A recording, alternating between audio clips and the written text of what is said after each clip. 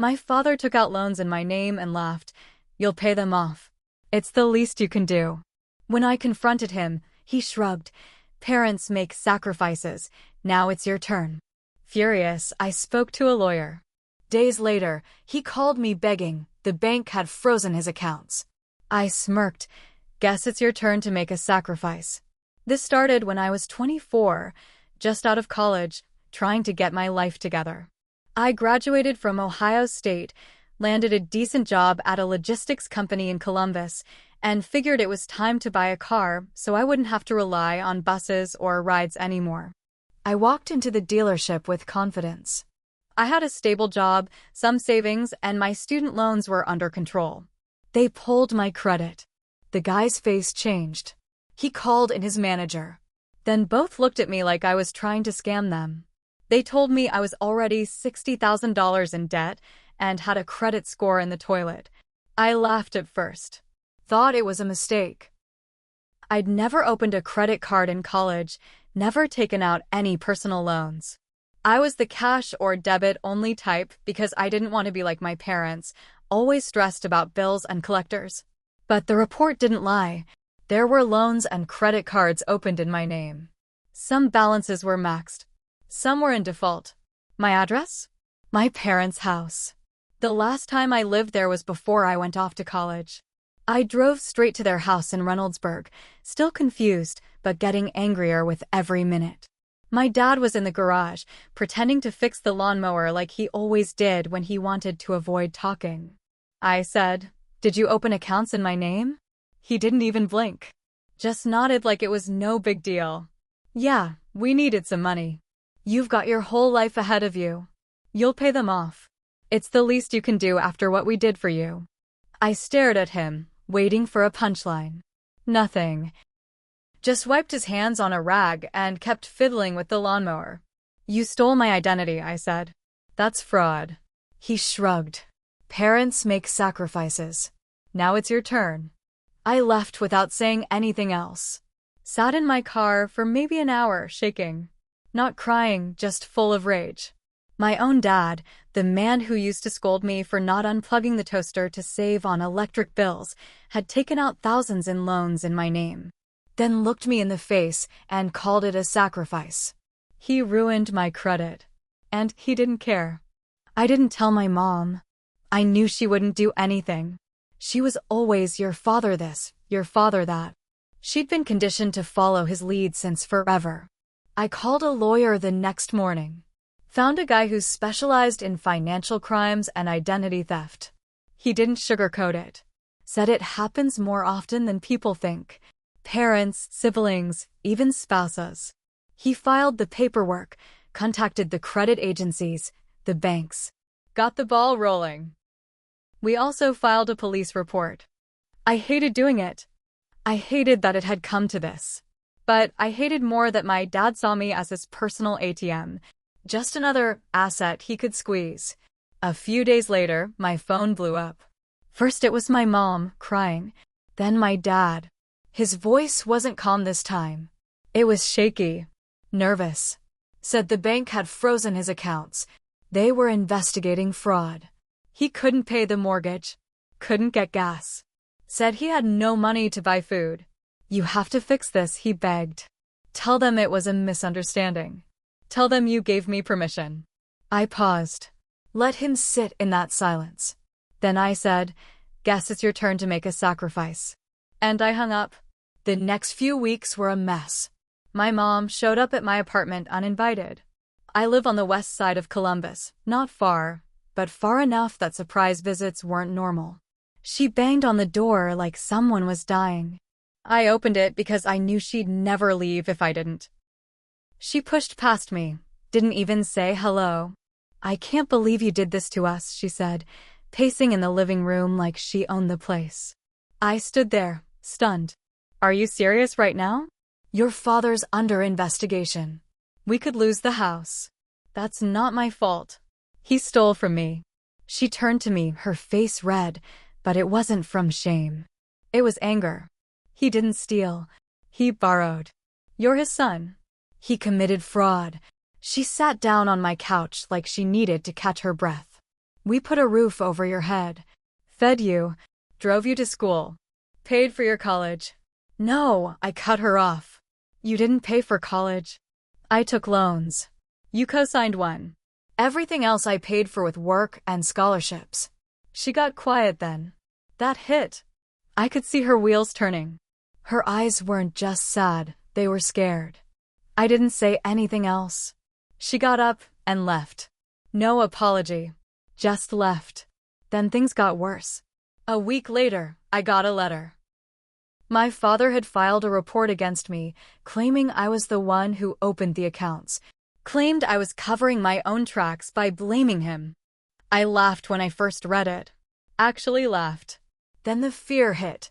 If he lied under oath, if he pushed this hard enough, I could get caught in a mess I didn't even start. My lawyer told me to sit tight, that we had documentation, IP addresses, phone numbers, shipping addresses, everything pointed to my parents' house. My high school email was used for one of the loan applications. The recovery phone number? Still listed under my dad's name. But the fact that he was willing to go that far? That killed something in me. He wasn't just selfish. He was dangerous. And that's when I remembered something else. When I was 17, I worked part-time at a grocery store and saved every penny. I wanted to buy a used truck from a neighbor. It was nothing fancy, but it was mine. I remember telling my dad about it and how I'd saved almost $2,000. The day before I planned to buy it, the money was gone. He said he needed it for bills and that he'd pay me back. He never did. Back then, I let it go. I was a kid. I thought, it's my dad. He's just struggling. He means well. No, that wasn't struggle. That was the beginning. He'd been prepping me my whole life to be his fallback plan, his safety net. So I told my lawyer to go all in. I wanted charges pressed. I wanted everything on the record. He advised me it might get ugly. He was right. The bank called me in to talk more about the accounts. One of the loans had cosigner info, a forged signature that was supposed to be mine. Except it didn't match anything I'd ever written. My handwriting is sharp, all caps. This one was loopy, lazy, like someone trying to rush through a form. The woman handling my case showed me the document. My dad had even listed my social security number wrong, but close enough the system didn't flag it. Sloppy.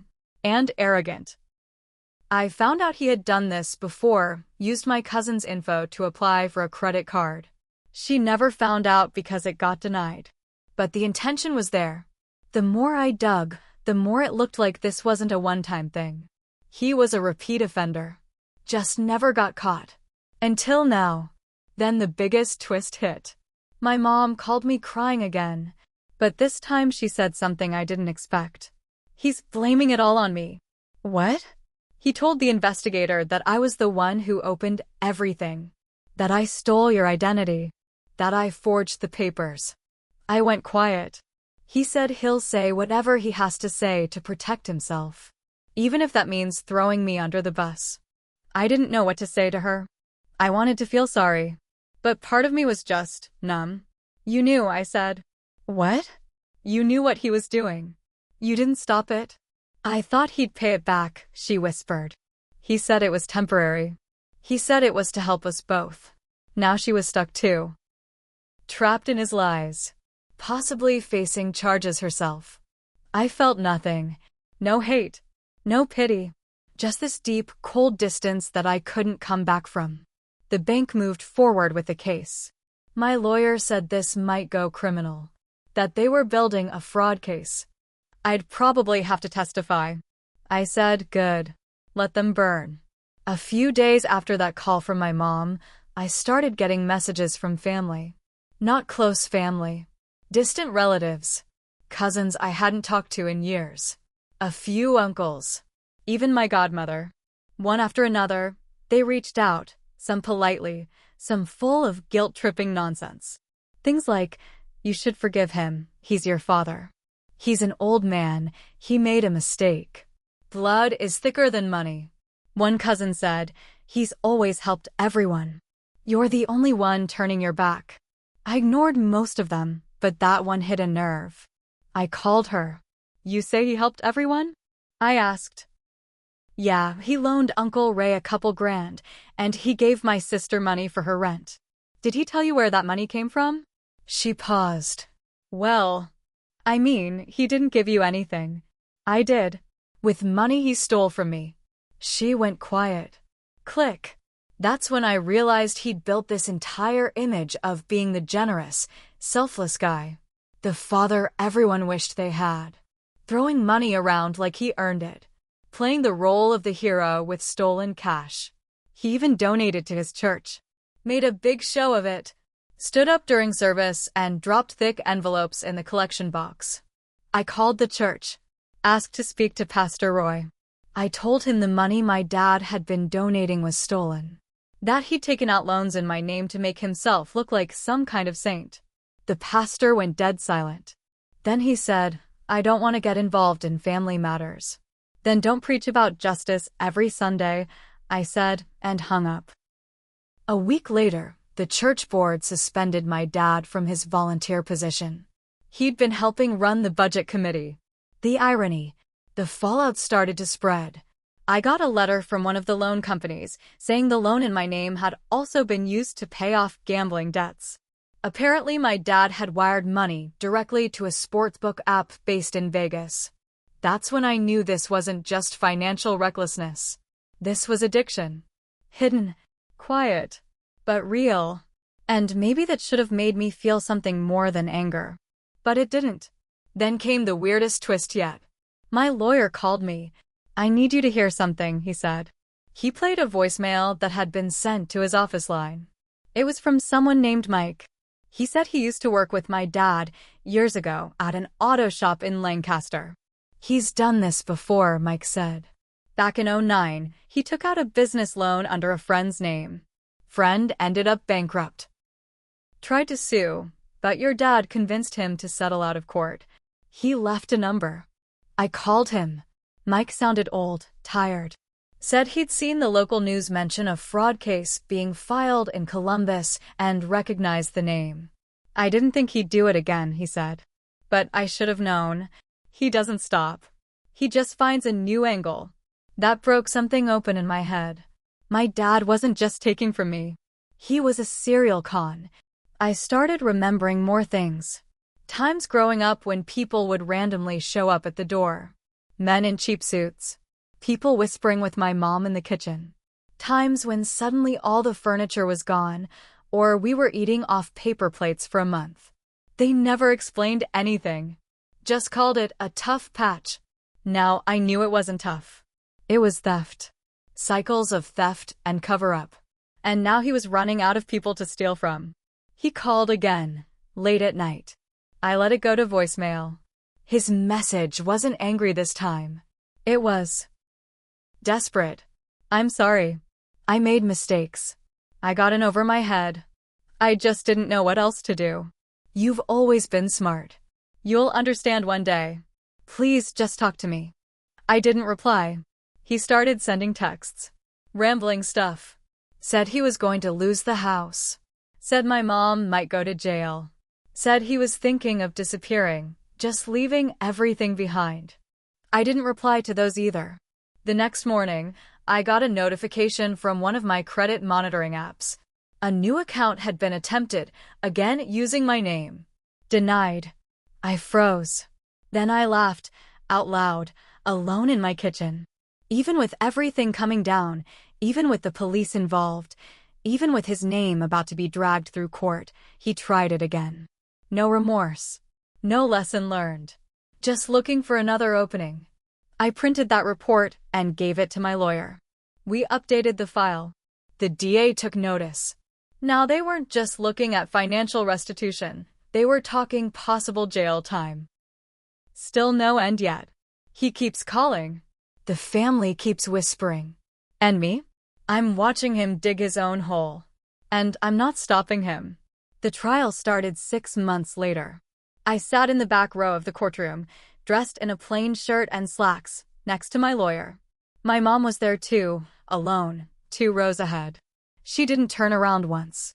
I could tell she'd aged a lot. Her hair had more gray in it. Her back was hunched like the guilt had finally gotten heavy enough. My dad walked in wearing a cheap suit, handcuffed, surrounded by officers.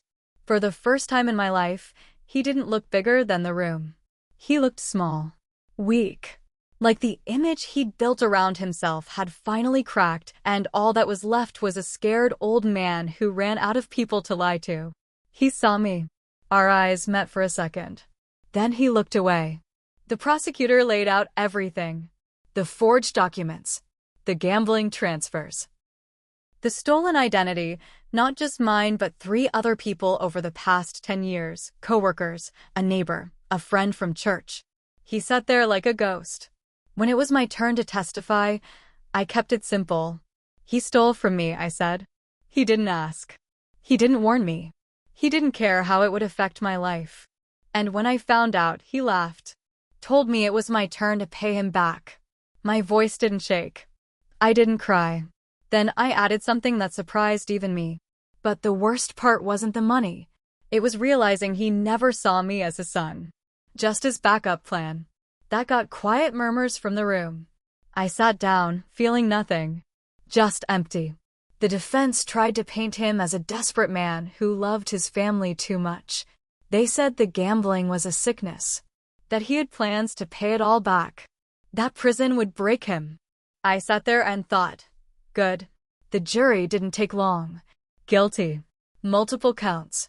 Wire fraud. Identity theft. Forgery. Sentenced to 15 years. He'd serve at least 10, maybe more. When they took him away, he looked back once. I didn't. After the trial, my mom tried to talk to me. I let her say what she needed to say. I didn't know how bad it was, she said. I should have stopped him. I should have protected you. I nodded. That was it. We don't talk anymore. My credit took another year to fix completely. I still get denied for stuff sometimes. That damage stays with you, even after the paperwork clears. But I also changed.